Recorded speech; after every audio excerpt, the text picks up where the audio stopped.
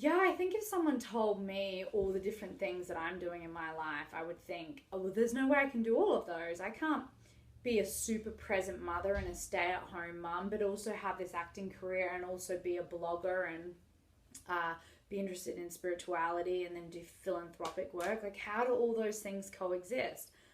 But who makes up the rules? I mean, no one makes up the rules. You can make those things coexist.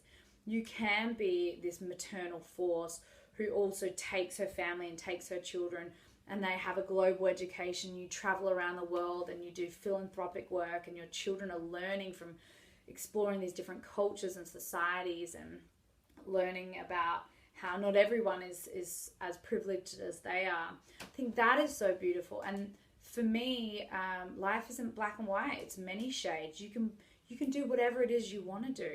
No one says that this is how you have to do something. So hearing those two things, I think those things can completely coexist.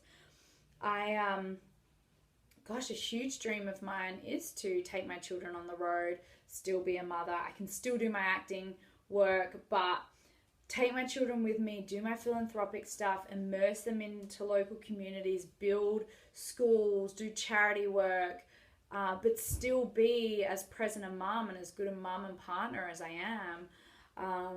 And then zip off and do a movie and come back again. And you can balance it all. It's just about figuring out how to balance it, where to start, and just get those wheels in motion. So I think don't limit yourself. You can 100% do all of those things. And that's beautiful. It sounds as though you think those things resonate with your spirit and who you are. And so that's beautiful. Continue to lean into that. And unless it gets to a place where it's feeling detrimental and it's too much and it's too busy and you don't feel grounded and that it's happening and unraveling in an organic manner, then that's when you can make the decision to switch things up or change an aspect of that. But don't put a stop in your dreams right now. Try all of it. Try all of it and see which thing fits and see how they can fit together. I think it's important.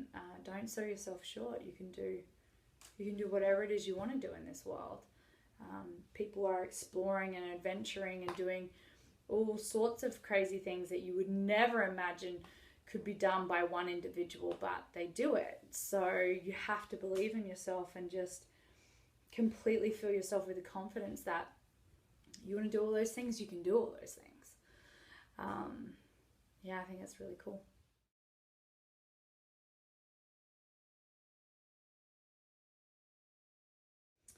I haven't really had to navigate through jealousy surrounding my partner. He has dealt with jealousy with me, as you know.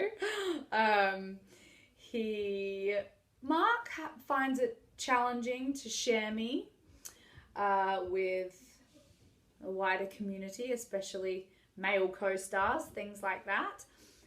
He has a hard time with that, and he's done a really, really beautiful job on working on his jealousy, and that all comes through beautiful, authentic, vulnerable, open communication, where he has come to me with some of the most irrational thoughts, and I have held the space for him to have all those things.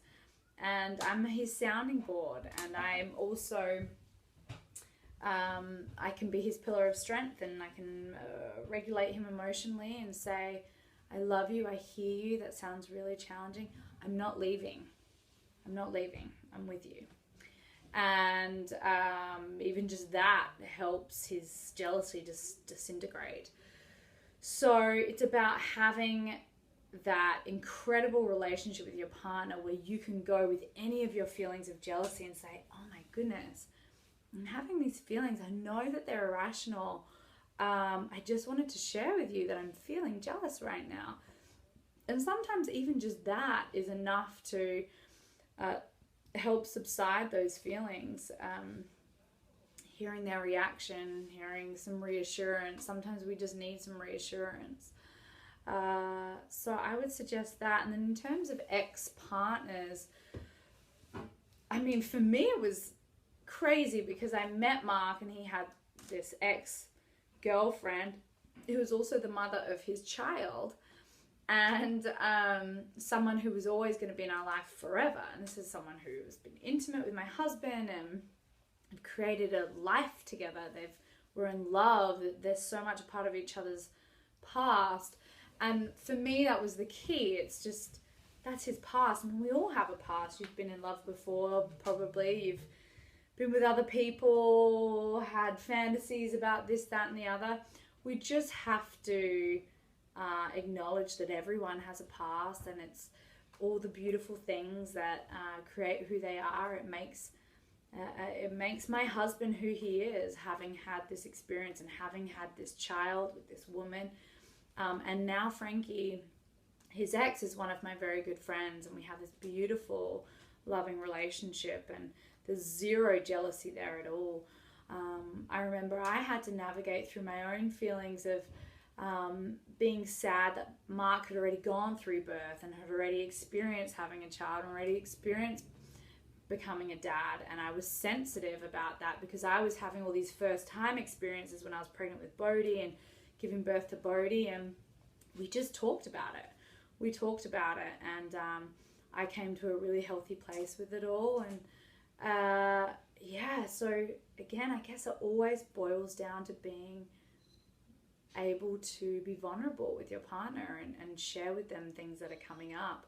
And then also just recognizing that that's in the past. Presently, they're with you, you're together, you have a relationship, you're a partnership, you're showing up as team members. And every experience that you've had in life and every experience that they've had in life has added up to the person that they are. And I wouldn't take any of his experiences away, even if I want to label them as hurtful or make me feel uncomfortable. They are a part of the fabric of who he is. And I think once we understand and acknowledge that, there's a freedom in it, and we can really just be present and embrace them where they're at right now. So good luck. I know it can be really challenging, but open heart, vulnerable, wear your heart on your sleeve, and just be a good communicator. All right, guys, that is it. We are done. That's crazy. I think that was number 24. This is 24? Mm-hmm. Wow. And thank you so much for taking the time to send in these beautiful questions. They've been healing for me. I've been really enjoying this process and getting to know you and communicating, and I feel such a deep connection with you guys.